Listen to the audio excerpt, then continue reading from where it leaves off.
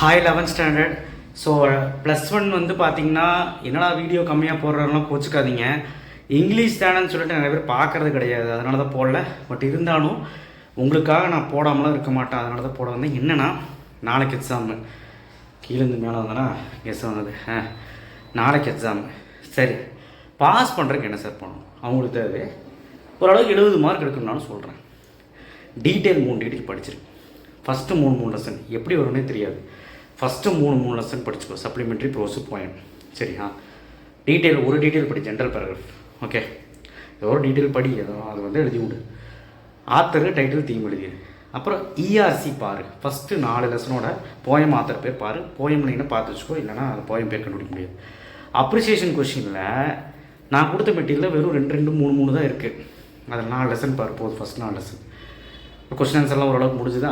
Letter ரைட்டிங்கில் நான் கொடுத்த பிடிஎஃப்லேயே அதில் பயோடேட்டா லெட்டர் ரைட்டிங் பாரு. அதுக்கப்புறம் ஃபார்மல் லெட்டர் ஒரு 2 இருக்குது, அது பார்த்துக்க. அவ்வளோதான். அதுக்கப்புறம் ரொம்ப முக்கியமான விஷயம், சம்மரியெல்லாம் எழுதிடுவேன், காம்ப்ரிஹென்ஷன் எழுதிடுவேன், சிமேட்டிக் நெட்வொர்க் வந்தால் எழுதிடலாம், எரர் ஸ்பாட்டிங் வந்தால் அவ்வளோதான். ஸோ அது ஓகே, 5 மார்க் முடிச்சு. கொஸ்டின் ஆன்சரும் முடிச்சு. இனி இருக்குது 21 மார்க்கு கிராமர். 3 × 3 9 என்ன பண்ண போகிற? டிஸ்கிரைப் தி ப்ராசஸ் கேட்பான். Apple juice, mango juice, cleaning a flask, என்ன வேணாலும் கேட்கலாம். பிரியாணி பண்ணு, எது வந்தாலும் 6 பாயிண்ட். அட்டன் பண்ணாலே 1 மார்க். அது கூட ப்ராபப் படி, இமெயில் ரேட்டிங் பாரு, நோட்டீஸ் ரேட்டிங் பாரு, எப்படின்னு பார்த்துட்டு போ. அதுக்கு ஒரு 2 மார்க் கொடுவோம். அவ்வளோதான். அவனே ஒரு பை சார்ட் பார் சார்ட் கொடுத்து ஏதாவது 3 ஆப்ஷன் கேட்டானா அது ஈஸி. 3 மார்க் முடிச்சா ஸோ பாஸ் ஆகியாச்சு. 21 மார்க்கில் நீ சும்மாவே போட்டு எழுதுனா 10 மார்க் கரெக்டு. நீ வெறும் புக் பேக்கில் இருக்க 1 மார்க்கில் பார்த்து சினானிம்ஸ் ஆன்டினிம்ஸ் போட்டு வே டு 6ல் பார்த்துக்க. வெறும் புக் பேக்கில் இருக்க வொக்காபுலரி பார்த்தா கூட 15 16 கரெக்டாகலாம். சரியா? நம்ம போட்ட வீடியோலேயே மினி மெட்டீரியல் வே டு 6லேயே டிபின்னு போட்டுப்போம், டெக்ஸ்டுவல் கொஷின் போட்டிருப்பான்.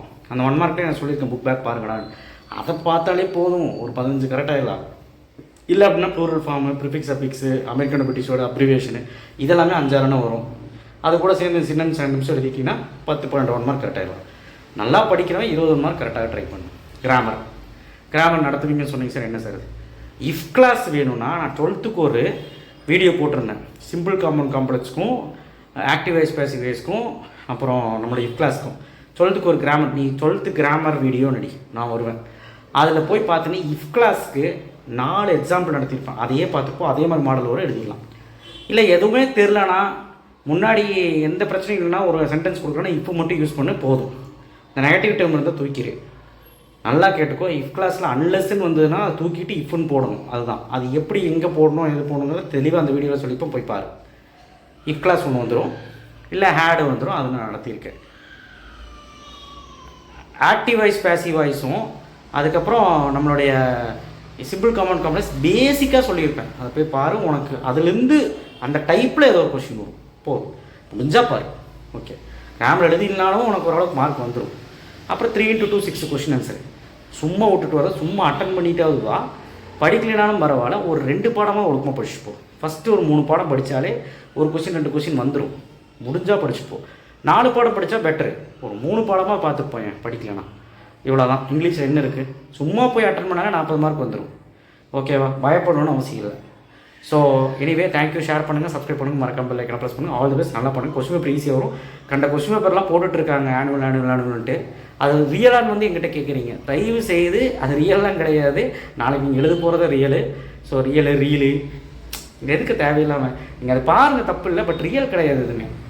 100% போடுவாங்க, ரியல் கிடையாது. நானே போடுவேன், பட் அந்த மாதிரி நான் ஆனுவல் எக்ஸாம்லாம் போட மாட்டேன். நான் அந்த மாதிரிலாம் போட்டால் யாருக்காக இருந்தாலும் ஒரு பயம் வந்துடும், அதே கொஸ்டின் பேப்பர் லீக் ஆகிடுச்சு அப்படின்னு. அப்படிலாம் கிடையாது. எந்த பேனிக்கோட நீ போய் படி. That's it. ஒன்றுமே தெரியலாம் கூட இன்னொரு 2 மணி நேரம் பார்த்தேன்னா கூட பாஸ் ஆகிடலாம். தேங்க்யூ.